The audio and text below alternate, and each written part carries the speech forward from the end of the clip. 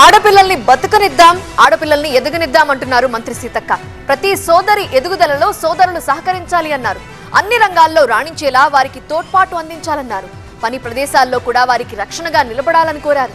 బయట వ్యక్తులను కూడా మన ఇంట్లో తోబుట్టులా చూడాలన్నారు. మహిళల పట్ల అసభ్యంగా వ్యవహరించే వారిపై కఠిన చర్యలు తీసుకుంటామన్నారు. మనది మహిళల్ని పూజించే సమాజం అని గుర్తు చేశారు మంత్రి సీతక్క. రాఖీ సందర్భంగా ములుగు క్యాంప్ ఆఫీస్ లో కార్యకర్తలు, అభిమానులు, పోలీసులకు రాఖీ కట్టారు మంత్రి. ఆడపిల్లలకు అండగా ఉందామంటూ పిలుపునిచ్చారు. మహిళలపై ఏ రకంగానూ దాడులు జరగకుండా చూసుకుందామన్నారు.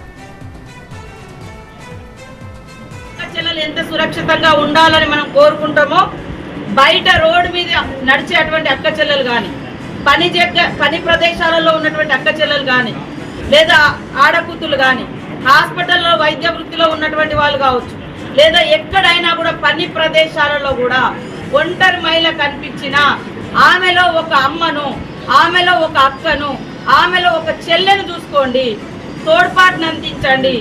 వాళ్ళ కష్టాలలో, కన్నీళ్ళల్లో, వాళ్ళ యొక్క ఎదుగుదలలో మనం తోడుగా ఉంటామనే ఒక మంచి సాంప్రదాయాన్ని కలిగినటువంటి మన దేశము, మహిళల్ని పూజించే దేశంలో రోజు రోజుకు అత్యాచారాలు, హత్యలు, లైంగిక వేధింపులు కూడా పెరిగిపోతున్నాయి.